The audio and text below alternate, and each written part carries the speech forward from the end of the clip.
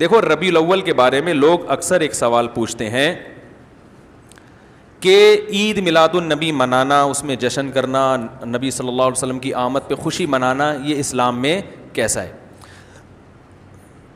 ہم رسول اللہ صلی اللہ علیہ وسلم کی سیرت دیکھتے ہیں. پہلی بات تو یہ کہ 12 ربیع الاول نبی کا یوم ولادت ہے، اس پر کوئی صحیح روایت موجود نہیں ہے. اگر ہے تو بھائی کوئی دکھا دے، بھائی یہ روایت ہے، اس کے یہ راوی ہیں، سارے ثقہ راوی ہیں. ایسی کوئی روایت موجود نہیں ہے، اور اس کی وجہ یہی ہے کہ اللہ تعالیٰ نے اپنے نبی کی ولادت کے دن کو امت سے چھپا لیا ہے تاکہ اس میں خرافات نہ، کیونکہ پچھلی امتوں نے کیا نا اپنے انبیاء کی ولادتوں کے دن کے ساتھ.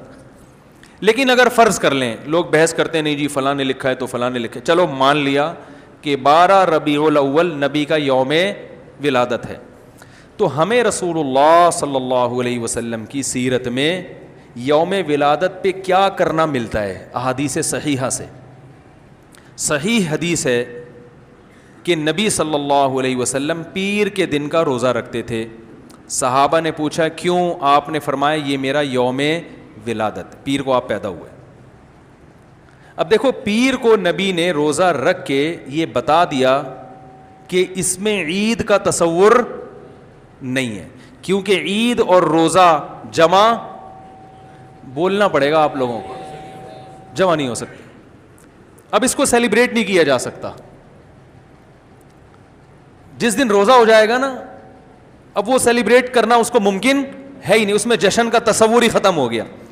جو ہماری عیدیں ہیں ان میں روزہ رکھنا جائز ہے؟ عید الفطر کو کوئی روزہ رکھے؟ بولو بھائی. اگر جس دن روزہ رکھا وہ عید نہیں ہو سکتی، جو عید ہے وہ روزے کا دن. کیا خیال ہے؟ عید اور روزہ ایک دوسرے کے کیا ہیں؟ اپوزٹ. کیونکہ عید ایک خوشی کا دن ہے اور اس کو سیلیبریٹ کرنا ہے. تو سیلیبریٹ جو کیا جاتا ہے کھا پی کے کیا جاتا ہے یا بھوکا رہ کے کیا جاتا ہے؟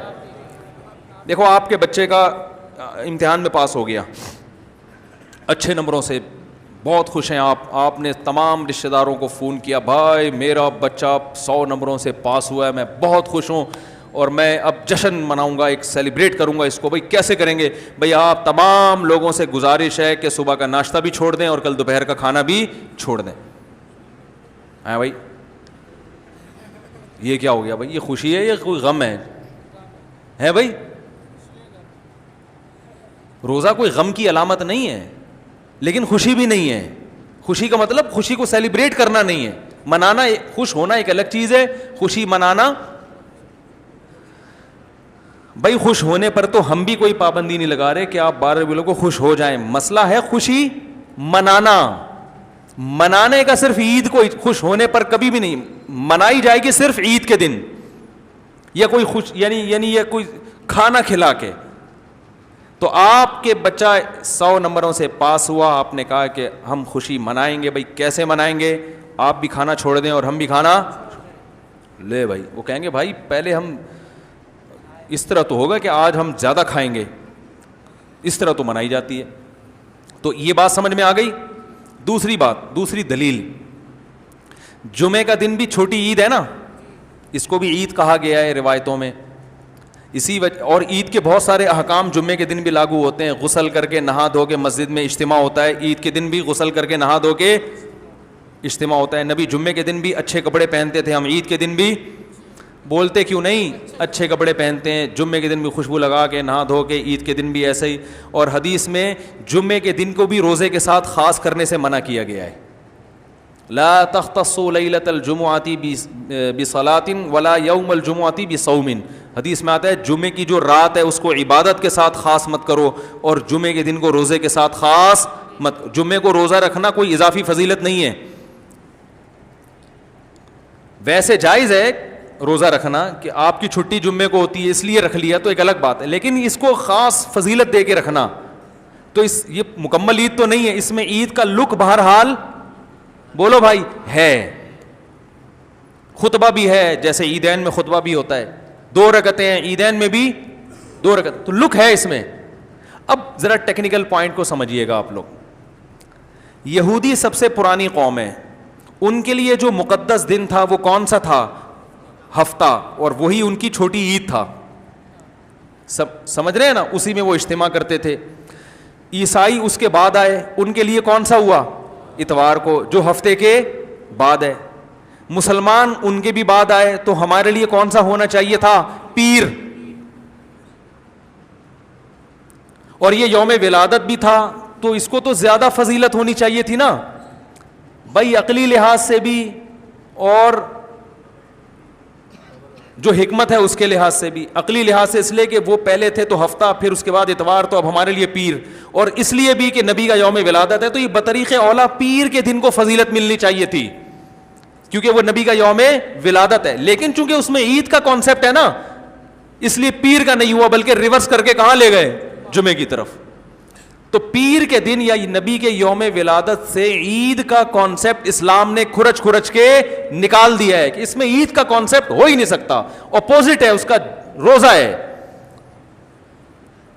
بات آ رہی ہے سمجھ میں؟ تو اس لیے 12 ربیع الاول اگر نبی کا یوم ولادت ہے بھی, تو بہت کچھ بھی اگر کرنا ہے تو روزہ رکھنا, ہم تو اس کے بھی قائل نہیں ہیں روزے رکھنے کے, کیونکہ نبی نے پیر کا رکھا ہے, 12 ربیع الاول کا نہیں رکھا. لیکن اگر آپ کو کھینچ تان کے کچھ نہ کچھ ثابت کرنا ہی ہے, تو آپ اس دن کو روزے کا تو قرار دے سکتے ہیں. آپ اس دن کو سیلیبریٹ کرنا یا عید قرار دینا آپ کے لیے ممکن, قرآن و سنت نبی کی تعلیمات کے مطابق عید کا دن قرار دینا ممکن نہیں ہے, آپ ممکن نہیں ہے. دوسری بات, ابھی بات مکمل نہیں ہوئی ہے, ایک پوائنٹ اور رہ گیا. اسلام میں عیدیں صبح کے وقت ہوتی ہیں, رات کو عیدیں غیر مسلموں کی ہوتی ہیں. کرسمس زیادہ جوش و خروش سے کم منایا جاتا ہے رات کو, کیونکہ اس میں ڈھول ڈھمکے ہوتے ہیں, لائٹنگ ہوتی ہے. لائٹنگ رات کو جچتی ہے, دن میں لائٹنگ بولو بھائی نہیں. جبکہ اسلام کے جو تہوار ہیں وہ کب ہوتے ہیں؟